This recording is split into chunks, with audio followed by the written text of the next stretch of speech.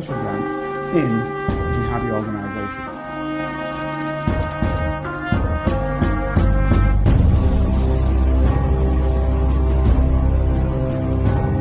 If you'd like to help Carlton keep producing the Black Spy podcast and receive episodes and information that's only available to Carlton's special Patreon agents, then you can donate as little as £3, €4 or $5 a month by signing up with Patreon. See the Black Spy podcast notes or Google Patreon Black Spy podcast and pledge your monthly amount. You can even win the opportunity to be a guest on the show. Thanks for listening, and don't forget to subscribe for free. My name is Carlton King, and welcome to the Black Spy podcast, the show that shines a light on the world of secret intelligence, national security, and armed governmental personal protection operations, but also looks at the world of geopolitics, that world that encompasses everything I've just mentioned, but puts together what the political realities are, the realpolitik, if you will, of how the world functions, and the secret world fits extremely tidily into that process.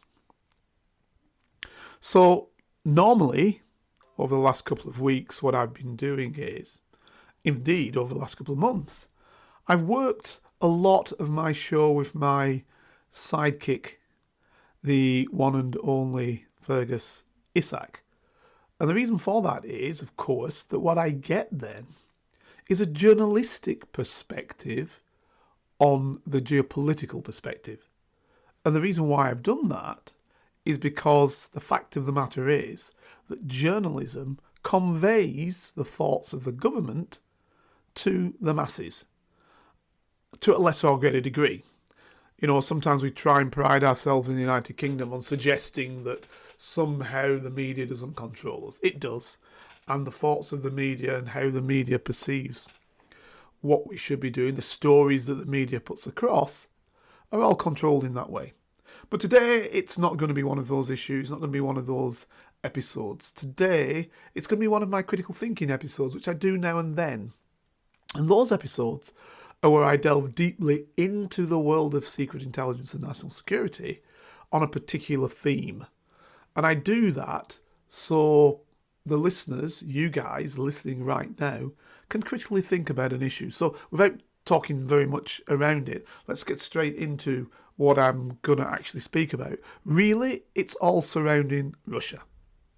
So welcome to part 2 of the Black Spy podcast's last week's recordings. If you haven't listened to part 1, go back to last week and have a listen. But this is part 2. I did say there's a question on Nordstream 3, but what I didn't answer, just looking down on the questions here, I didn't answer the question relating to why Putin would have attacked. Why he would have attacked when he did. I actually, what I think the question is asking is not really why Putin attacked when he did, but why has the war lasted so long, and why Putin was tactically wrong. I think that's Putin had advisors, I guess, because he'll have advisors, Russian advisors. And my point is, I don't want to go too much into this because, as I said to you, if you want to go back and look at the original just post-war, just as it started, Ukraine war, you will see, because I'll tie this together with the shock and awe question, which I was also asked, post-war, you'll see why I think this happened. Right, so the shock and awe question was asked me, what shock and awe was, and why is, why are they destroying parts of the Ukraine? Well, what I actually said right at the beginning of this, I said that the Russians would not utilise shock and awe, because they were going to fight against brother Slavs and sister Slavs, and that most people in, especially the western part of Russia, which borders onto the Ukraine, taking into account it was all one country at one stage, that they all had, interconnections, brothers and sisters, etc., mothers, grandparents, whatever, who may have been from one side or the other, they married one side or the other, who were not different sides, they were all the same side, other than those who wanted to create a free Ukraine, which made them different. But for the vast majority, when it was part of the Soviet Union, there was an intermingling, because it was just like a Lancastrian marrying a Yorkshire person. Yeah, you might have the talk about it, but in reality it makes no difference. Or I'm guessing, to use an American analogy, it might be somebody from New Jersey marrying somebody from New York State. It doesn't really have a resonance. The different bit of resonance might be the southern states under the Mason-Dixon line and the northern states' interconnection, if you have beliefs in white supremacy or something, and there you might not make a connection. So that's the only bit that I can kind of think gives you the... Because, listen, look all this up. Do not listen to me. Look all this up for yourselves, because I'm all about educating. I'm all about you learning. Look it all up. But what I'm trying to do is give you ideas. Nothing is ever one simple one issue. It's always intermingled. But there are primary issues which one can see in them.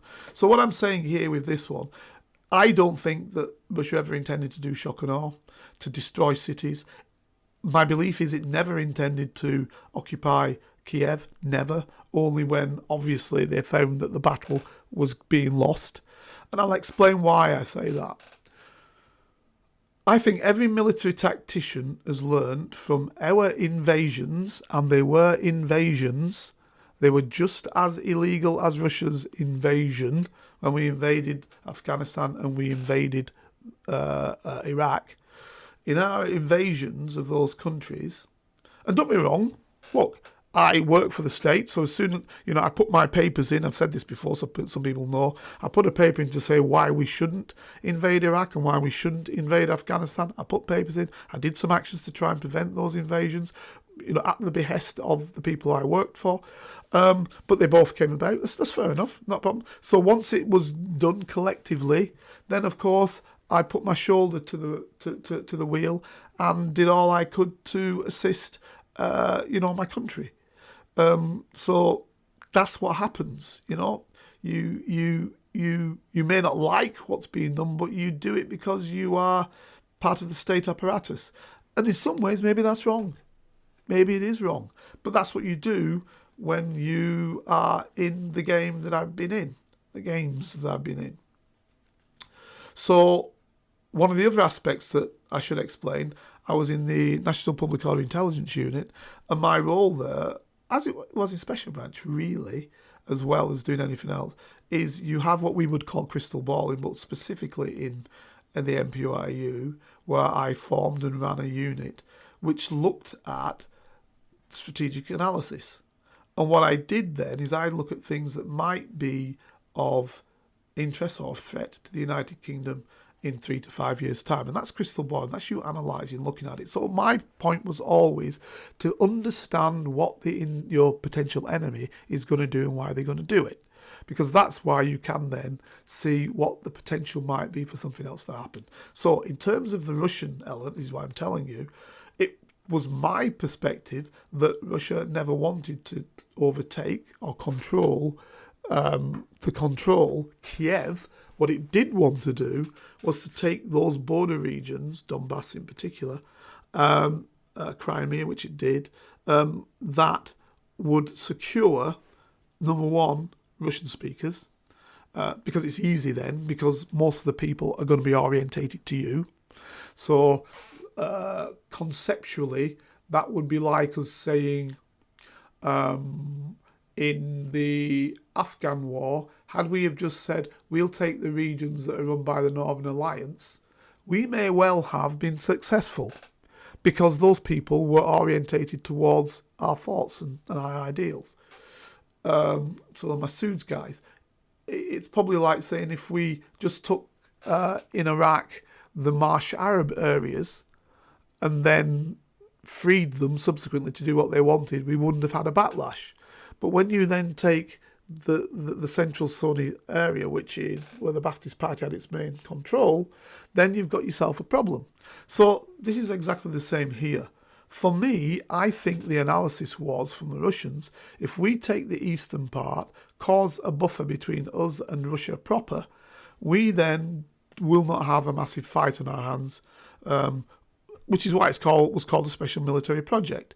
We would not have a massive fight on our hands because we're not going to try and take Ukraine proper as they perceive it. Now, the big problem with that is, of course, that would mean a third of the country of the Ukraine going. So that would be a problem for the Ukraine. But, and this is the big bit, sorry for the big stress there, that I thought that he did not, this is Putin now, did not think that Johnson and Biden would come in so hard initially, and then EU subsequently, would come in so hard on the side of the Ukrainians. Take into account that, as I said, they'd been calling down the right-wing Ukrainians for several years before that. Now, the United States obviously had been assisting the right-wing Ukrainians as well, because anything that gives Russia a bloody nose is probably good, and vice versa in the other direction. So what I'm saying is, this was, again, a geopolitical war, unfortunately nigh on a Cold War situation, that was being recreated. And I think that in itself was problematic, and is more problematic than we actually think it is for many of us. And I'm going to just divert quite slightly before I come back to Biden and Johnson and the reasons why I think that Biden and Johnson supported the Ukraine to the level which we have, and then the EU fell in line subsequently. And the reason for that, for Johnson, he was under massive threat to his prime ministership through internal matters in the United Kingdom. And basically Partygate was just one of them. There was a whole string of things, from lending money, from, just carrying out really bad practice, from his actions in terms of the pandemic and what that had caused, and the multiple deaths way above everybody else that were happening in the United Kingdom, etc., etc. Johnson's problem with Brexit, which had been poorly handled, worst idea ever in my opinion, but everybody knows that who listens to the show. But even still, even with the Brexit in place, poorly handled. The fact that it was always going to cause a problem in Northern Ireland, because if you're going to have the common travel area, you had to make some area where that was still connected to the European Union. And that in itself was going to be a problem. So, let's get away from all the problems I've got. And the best way to do that, the best way ever, the only ever best way it ever is basically to have a war somewhere. Even better way if you aren't fighting the war, but you look as though you're doing something in the war that you can tell your people is positive for your people. So that's Johnson's position. Biden's position is a little bit different.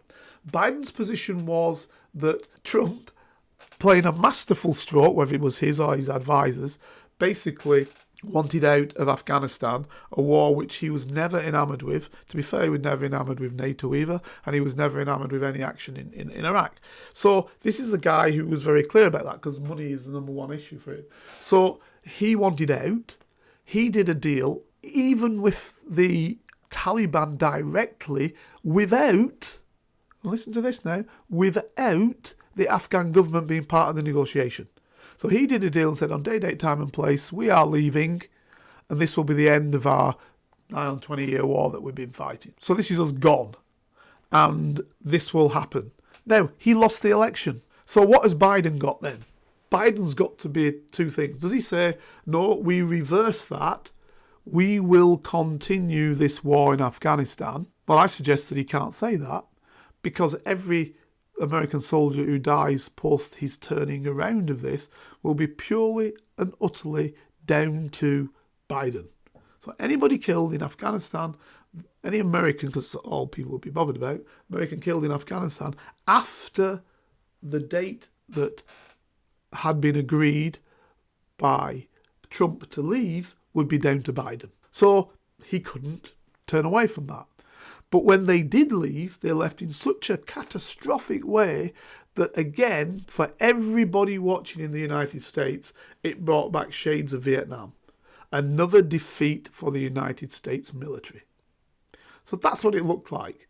Running away, defeated. So he had, Biden, the worst opinion poll in the US for any US president, but for Trump on one day. And that one day was obviously the storming of the Capitol building. But other than that, he had the worst. So what did he do? He had to do something. And again, what's the best way for you to show your resolve and show you're a strong leader? Well, yeah, let's be involved in a war, but without being involved in the war. So let's show that we are strong, we're standing up against tyranny, etc., etc., etc. So this is it. This is what I don't think Putin put into his calculator mix when he would have done what I was doing in the strategic analysis unit. Well, these people would have done it, and assessing what might be the problems subsequently. So when they were doing that, I don't think they put that in the mix. This is what these two leaders will do, and subsequently they'll bring in the EU to do exactly the same. So the problem with it is, as well, the other problem, I think, which I should have stressed, was Germany's position. Angela Merkel, had she had still been the Chancellor of Germany, I do not believe would have allowed this war to expand into that way. Because I believe that the German position would have been much more sanguine. But because you had, or have, Schulz, a figure that is not orientated to the world stage, that does not have the capacity that Angela Merkel had as a great leader, does not have already the track record as a leader, I think in that moment he was out of his depth. And add to that, because Merkel had gone and the French then saw an opportunity to lead, I think Macron played the role first of let's bring them all together. When he actually saw that the Russians were not going to come together from Putin, because Putin had played his hand then. You played your hand. You can't just spin your hand back unless the Ukrainians are going to turn around and say, well, you can have that region. Right? I think then, trying to be that central leader that says, oh, peace, blah, blah, blah, Macron, being the great fella, elections coming up, I think then, when that didn't happen and peace was not grasped to, Macron then looked and thought, what move should we do in order to keep my presidency running and to make sure that the actions play out in my advantage for the coming elections? So I think what happened is that he then thought to himself, what I'll do is I will then swing across to be the tough leader and work with Schulz to show a tough line. So Macron basically thought to himself, yeah, this is what we'll do. I'll now show, we give Russia the chance. We didn't run in, we give him a chance. We were sat at the big table as he was. They didn't want to play, so we showed that we were there. Now, as a good statesman, I'll now say this cannot stand. So now that brings in the EU. And of course, you've got to look at Ursula von der Leyen. What's her position? I'm suspecting, as a former defence minister of Germany, I'm suspecting that she thought to herself, we, EU, and Germany in particular, needs to have a different position than what they already have. And the reason why I'm saying that, I'll clarify it. If you remember, there was a time period under Trump when Trump basically said, I have no interest anymore in the NATO alliance. Forget it. Done.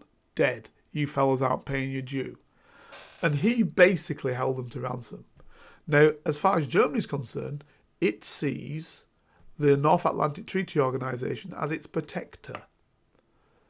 And its armies were put in place in relation to that. But in reality, its protector is the United States. Now, this is going to be actually quite important for what we go on to later on, which is going to be Nordstream. Because in Germany, it depends totally and utterly on the nuclear umbrella of the United States. But to make it more palatable, it calls itself NATO. Now, the problem with that is, is that if you then get a US president, which they then saw, who started to begin to say, well, I'm not so sure that it's of any use to me, NATO. And then you then realise that all of your heavy lift capacity, or nearly all of your heavy lift capacity, sits in the United States, i.e. troop transportations, aircraft to move troops around, much of your intelligence capacity, much of your satellite capacity, much of your, well, basically most things, over the numbers of troops maybe. Because you have to understand here, by the way, ladies and gents, that the United States, not Russia, not China, not indeed any other state, but the United States is the one state that has been at war every day since the end of the Second World War. Right? So its troops are tried and tested somewhere around the world every day. And its expenditure is something like 15 times as much as any other state. I think it's even more than that, because if you add the next 10 countries together and their expenditure, including China, including Russia, including Saudi Arabia, including Israel, if you put all that money together, including the United Kingdom, which is the second biggest spender, if you put all that money together, it just about reaches the American yearly cost of around about $1 trillion, sometimes even $1.5 trillion when you put in their secret programs. So it should produce a technological and capable army above and beyond every other state in the world. It should produce it. And I think, in general, having worked for the US military, I believe it probably does. Now, this is why we go back to Iraq again. With all that military might of the United States, it could not control negative areas of Iraq. Frankly, Iraq is not Russia, okay? And Iraq is not the Ukraine even. So you cannot tell me that in their assessment, like I was doing in the MPOIU, that the Russians weren't looking and saying, the last thing we want to do is try and control Kiev when the Americans couldn't control a totally defeated Iraq with all their might and all their expenditure. Hence, no shock and awe to start off with, i.e. that means degrading all of the country's capacity to survive and live of a Ukraine, because the bits they'd have to then put back together subsequently would be problematic. It would also be problematic if they destroyed, which it is now going to be, if they destroyed the infrastructure of the Ukraine, and then you've got people washing around who've got nothing to lose, so maybe you do continue fighting. Maybe you do join negative forces which then can seep into Russia and do things that you don't want to happen. Do you also want battle-hardened Russians who've now been fighting coming back into Russia, causing problems? And this is the other bit that I didn't mention actually when I was talking about the Azovs. What they unfortunately do, and what I've said from day one, we had this woman who went out to Syria, Mama Begin, went out to Syria, married some fighter from, I believe he was from the Netherlands. There's nothing to suggest she ever did any fighting in any way, shape or means of her own. And bear with me, people, because it is relevant. Nothing to suggest it whatsoever. But she went out there, and we then made her stateless because we turned around and said she's a Bangladeshi. Well, first and foremost, there isn't a single person who has not got a nationality who is of that nationality. So you can't turn around and say just because a person's parents or grandparents are from somewhere that they are that nationality if they don't have it.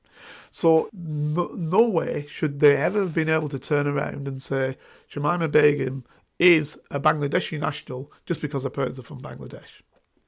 And indeed, they may not even be Bangladeshi. They may well be British, her parents, actually. I think they are. So it's a ludicrous situation. But what it did do is, and this is why I'm mentioning it, because it's a short-term aspect, it actually made, and the guy who performed this role as Home Secretary should have known better, but this is the problem with politicians often. They only think about today and only think about themselves. What he actually did by saying Shamima Begum is not a proper British person and that she can have this other nationality is overnight he made everybody who is not a white British person, he made them suspect of being somebody else from somewhere else, and also open to being expatriated to somewhere else if they did something wrong, even though they are British nationals, and British nationals only, overnight. And it made everybody who was, if you will, a white supremacist think that, yeah, well, if this guy of Asian heritage is saying that this woman here is not a proper British person, then why should we eat up the propaganda that suggests that they are just the same as us, when clearly they're not? They're foreigners. That's what they made happen. And I'll steady this by, and this is where I'm coming into the context of what I was saying, I'll steady this by explaining the following. During the IRA battles of which I was part, not one single Northern Irish nationalist, read generally Catholic nationalist, was ever said, you are not a Brit, you're an Irishman. And therefore we will, and they were blowing up Britain, not this girl who's gone away somewhere, they were actually blowing Britain up. Indeed, they blew up the whole of the Parliament of Britain. And the guy who blew up the whole of the British Parliament, nobody ever turned around and said to him, you're not British, you're Irish. Now, the reason why I'm saying this is dead simple. Because the vast majority of nationalists in Northern Ireland, of Irish nationalists in Northern Ireland, have Irish passports and not British passports. Because you have the choice of having both. And they throw away the fact that they don't want British passport because that's the occupying power. But never did we turn around to Gerry Adams or anybody else and say, you cannot live in Britain because you, my friend, are an Irishman. And they've actually got Irish passports. And in Adams's case, as you know, served in the Parliament in Ireland. But nobody says, get out. So why is it that you're saying to some person, get out, when there's no evidence to suggest she was fighting? In fact, that's all immaterial. And her age is immaterial. I know people say, oh, she's being groomed. Forget the grooming, forget anything. There is zero. She is not a national of Bangladesh. So therefore, the law is very clear. Law supported by Sir Winston Churchill. You cannot make somebody stateless. And the reason that law was supported by Winston Churchill was because that's what the Germans started to do pre the Second World War and say that Jewish people were not Germans, hence we can get rid of them. So that's what was happening. In a strange way, it's actually like what today Gary Lineker's talking about. But I won't go into that, but that's the reality. Treated differently. So, why do I mention this? Because again, throughout my time when I was on various desks in the branch, particularly Southern Africa desks, so South Africa, Mozambique, Angola, Namibia, just think with Swapo battle, all those battles that were going on back in the 80s, 90s, Zimbabwe, all those battles going on, white British soldiers were going out and fighting in Southern Africa, in the Zetsela Seals, in Rhodesia, in the Wittuka, in South Africa, in Namibian army, I can't remember the unit there, in Namibia, in Angola. They're all going out fighting, mercenaries, fighting, and then coming back to the United Kingdom, no problem. And many of these people had killed, and I've spoken to guys, hundreds of people. It's not as though they just put one guy off now. No, hundreds of people in the most nasty ways as well. Even technical ways, whereby they were painting on people's underpants while they were sleeping at night, things that would give them dastardly diseases and kill them in utter pain. There was processes going on like that down in Southern Africa, which is what was going down with the white regimes. This is what they were doing. And these guys are fighting for white supremacist regimes, and not one of these guys, when they came back to Britain, was ever, in any way, shape or means, looked to be put in front of a court, nothing ever happened. So this is a massive double standard, and this is where the problem lies. Now, why do I mention this when I'm talking about Azov and about Ukraine? Because the problem is, this is right-wing fascism. They have international brigades. They have said very, very clearly they want to copy what ISIS do, and they want to internationalise the conflict and to see the Ukraine as the bastion of white European civilization. True Aryans, true civilization. And they're training guys up, and these guys are fighting, And these guys will come back as battle-hardened individuals who have fought wars, who have capabilities, who know what to do with weaponry. And in the end of the day, this will be a threat for Western Europe, the United States. It's already happened in New Zealand. The guy in New Zealand who carried out his actions killing those people in the moss was orientated by the battle in Ukraine. And this is before the actual war took off. So it's going to be even worse now the war's taken off. The guys back who carried out actions in the United States were, again, orientated to the Ukraine, to these Azov-type brigades in the Ukraine. Because it's not just one brigade, that's Azov, the primary one. There are several others. I think the concept of the Ukrainian Right Solution or something like that. It's a collective of these organisations. Indeed, one guy, a Frenchman, was captured by, I don't know if the DGSE, the French External Service, found the initial connection, or it was the internal service, which used to be the DST, now it's got a different name to it, or the internal service and the AG, they're now just one police body that carry out that. But whatever, they captured this guy, and he had with him a whole load of equipment from rocket launchers, and he had his actions already planned out, which was to go into mosques and go into synagogues and shoot people, and to actually create the holy war situation. So this isn't something that's just sitting in the Ukraine, ladies and gentlemen. This is something that's going to have a price to be paid back home when these guys come back and they espouse the ideologies that have been pushed forward in the Ukrainian war. Mark my words. Mark my words. So nobody can turn around, I'm going to use a German terminology, and say, der war ein Klugscheißer.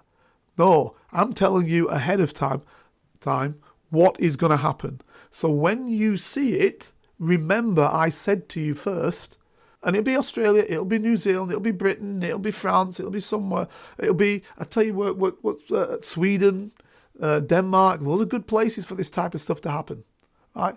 Mark my words, the Netherlands, mark my words, Spain even, this type of stuff with guys going out fighting, coming back, being perceived as heroes for fighting there, and then indoctrinating others who want to be heroes and taking the white battle forward.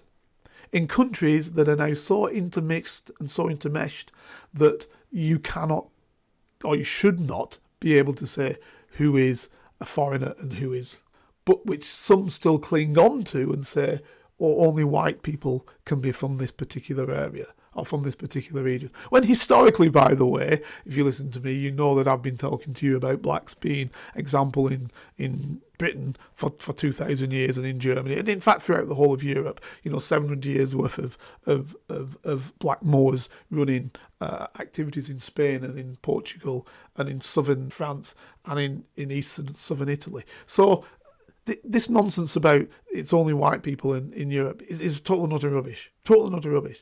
Now, you may be able to play around with it by saying, oh, well, these people's DNAs are such and such. No, you're not looking at what the reality is. That's the reality of it. So that's why I see that as very, very important.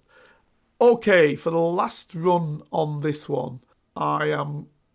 And again, I've explained to you Johnson, I've explained to you Biden, I'll explain to you Germany. I've put a little bit on Putin. I've not done much because, as I said, if you go back a year, you'll see I did a whole programme on Putin and what his capacity may or may not have been. And I should say, I don't want just this to be just something that you might say, oh, he's only talking about white people doing something. No, the reality is, or the United States just doing something. The reality is, it's in war, the first thing that you forget, the first thing that goes away in politics in general is the truth. So, example, how many of you know about 11 million Congolese murdered by the Belgians between about 1890 and 1905 under King Leopold, when it was his own area? How many people know about that? The largest Holocaust, actually, 11 million people topped. Now, they were topped not in gas chambers. They were topped whilst working. So what they were using them is as beasts of burden and then just killing them, chopping their heads off or whatever. And oftentimes having local troops do the job for them because obviously the white troops were their masters. So how many people know about that? Very few. because it's of no interest, right? So this is what I'm trying to explain to you, how you can easily play with figures. As I spoke to you about before, if I would have asked you about First and Second World War, most people have said, oh, we won the war and this is why. When I give you the figures, what's happened, surely you can see that wasn't the case. So again, that's the truth being played with. Rwanda example. How many of you know that in just 100 days, 1 million Rwandans, and this is modern history, my friends. This is like the mid-1990s. This isn't 70 years ago. It's the mid-1990s. In 100 days, 1 million plus people were exterminated. And the way it started was crass nationalism, again, and calling people, untermenschen, but the way they put it, was cockroaches. And the French aided and assisted in that process by having lists of individuals. Right? The UN was there and did nothing to stop it. And the United States, and this is me speaking directly to President Clinton, who I spoke to, and we spoke about this, he and I said, why are you doing nothing about it? And he said, that's the worst thing that I have ever done. And as a result, he said, this is Clinton saying it, I'm not saying it, I'm saying what he said to me personally. He said, the worst thing that I've done, that's why I do a lot for Rwanda now. And I'm ashamed. But, and these are his words, the American people wouldn't have stood another war in Africa. I said, what do you mean another war in Africa? He said, well, in Somalia. Right, so you've all seen Black Hawk Down. So what he's basically saying is, a Black Hawk was shot down. We'd carried out some intervention, United States. We'd tried to help individuals in that region. And the Black Hawk went down and we had losses of, I think it's 20 odd people. Now, this is me not saying what he said, this is me saying that I'm giving you an understanding.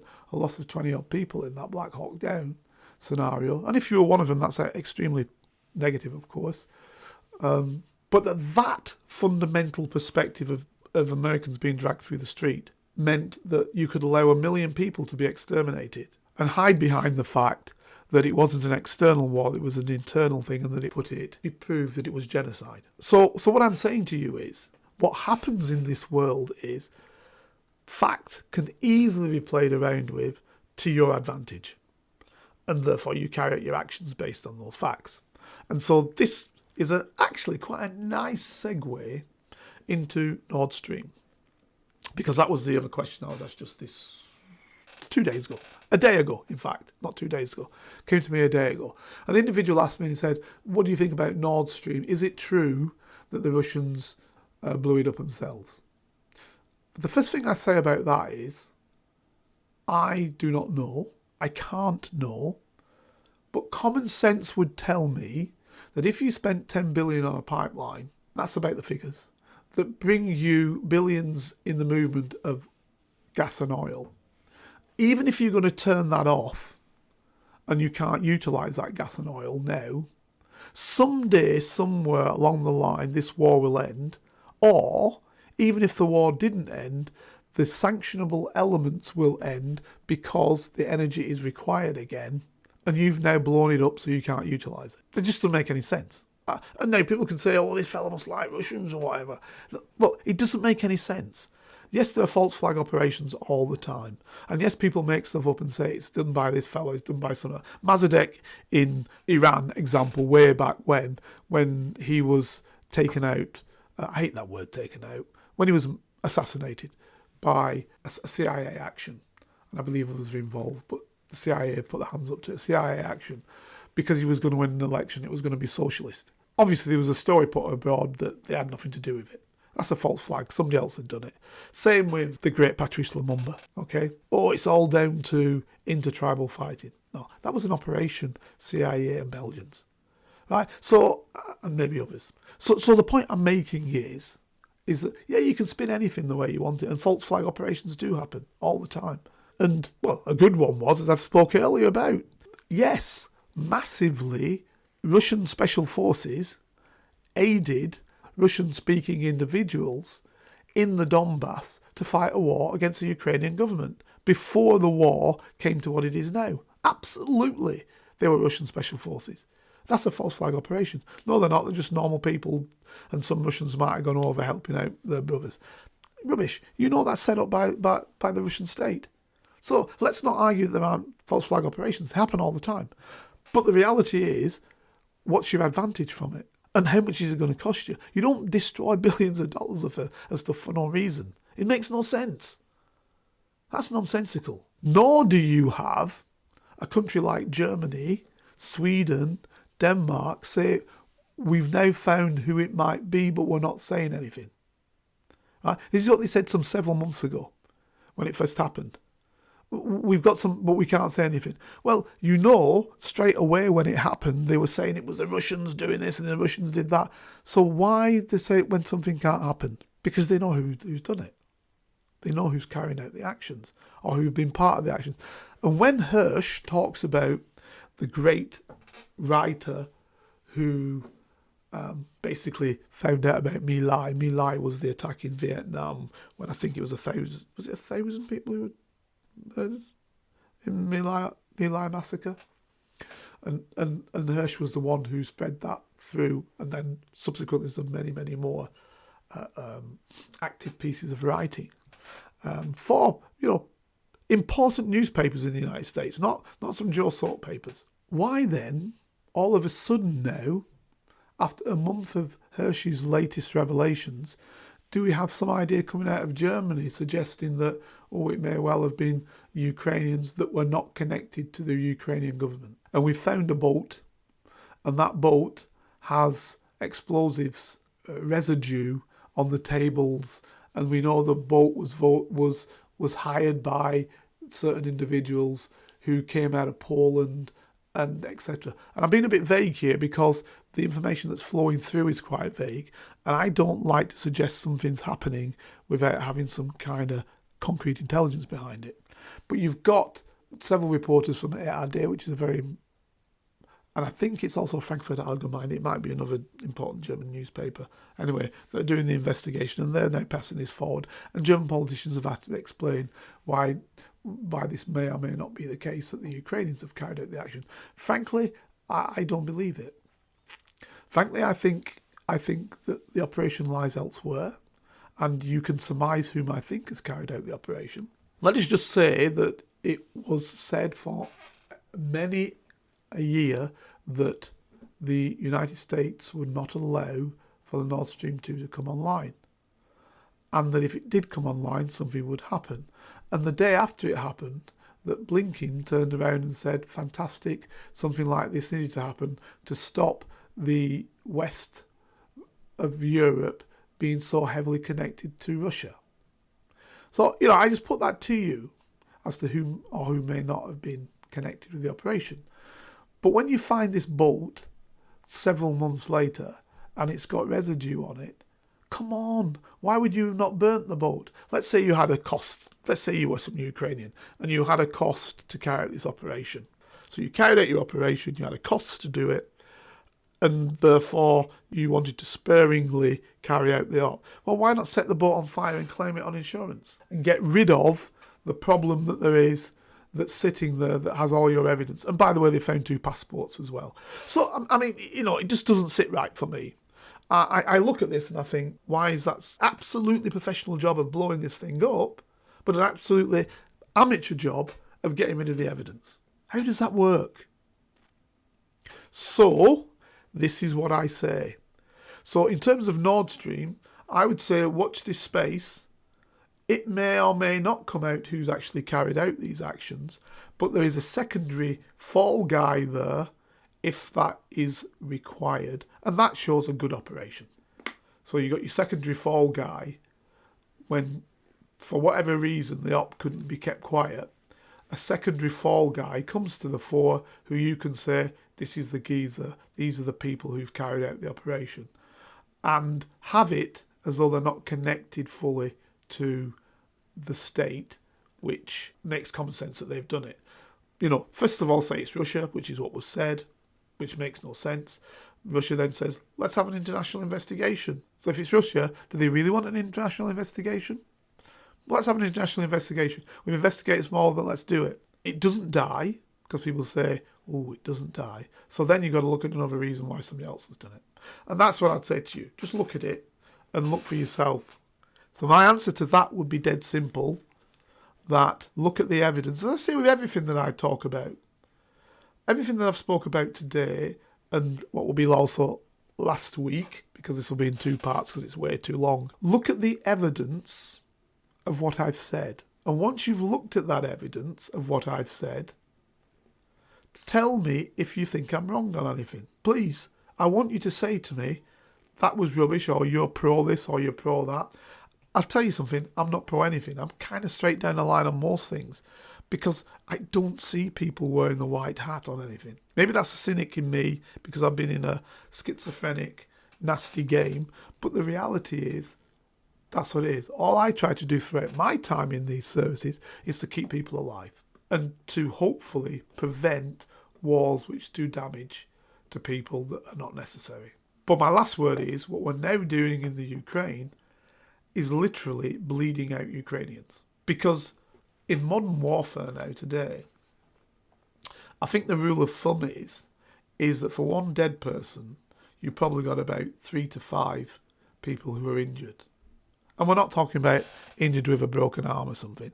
We're talking about people who've had the guts coming out of them, who've had, brain injuries and brain matter flying over the place, and who can't walk and the legs are off or their arms are gone. So for every conflict, every one dead, this is what you're looking at with the survivors. And somewhere along the line, people are going to ask the question in the Ukraine, was this worth it? Because at the end of the day, and they'll ask that question in Russia as well, don't get me wrong. I'm not saying they won't ask the question in Russia, because Russians are dying as well. But let me put it this way. It's very clear that the Ukrainians do not give their war dead numbers. It's very clear that the country has been deluded of individuals. It was a 33 million people country, that, and I'll be surprised if there's 15 million left in the country now. And for how long are people willing to put Ukrainians up before they start turning around in a year, 2 years' time, saying, hey, hang on, I thought this was some limited process. Now we've been here for 2 years, what's going to happen? And also the questions are asked. Why is it Ukrainians can come to the United Kingdom and work straight away? And this also is the case in other countries, by the way. Claim dole and rent straight away, get the children to school straight away. And why do other people coming from other conflicts that have been raging for years, can't do that? This is your Gary Lineker question. And then politicians begin to use that then to say, well, this is the enemy internally. And that's where you come back full circle to those people who've been trained from the Azov Brigade, who then say these internal enemies, I'm not talking about Ukrainians there because they are white, these internal other enemies, these other refugees coming over on boats, they should be sorted out. They should be bumped off. They don't belong here. They are desecrating our European blood pool. Right? It's a pre-programmed situation, because politicians will use it to their advantage, and in using it to their advantage for today, open up the pandemic for tomorrow. And with that, ladies and gentlemen, this has been my Russia-Ukraine connected programme, which basically allows you, hopefully, to get some understanding about the geopolitics surrounding these particular events as they are today. Thank you very much, and I will see you again next week. Yes, it will be next week because this will be part 2 with my trusted sidekick will be on then, and we'll take something quite a bit more, let's say, fashionable about what is happening somewhere in the world, or about what is today hitting the news that is of interest at that particular time. All the best to you, and see you again, hopefully, next week. If you'd like to help Carlton keep producing the Black Spy podcast and receive episodes and information that's only available to Carlton's special Patreon agents, then you can donate as little as £3, €4 or $5 a month by signing up with Patreon. See the Black Spy podcast notes or Google Patreon Black Spy podcast and pledge your monthly amount. You can even win the opportunity to be a guest on the show. Thanks for listening, and don't forget to subscribe for free. Here is a working class spy telling his stories, the secrets, the lives of spies. Feel free to message Carlton King on all socials and give this show 5 stars on Apple iTunes and subscribe so you never miss a single episode. For your ears only. I was a member of Her Majesty's Secret Intelligence Service.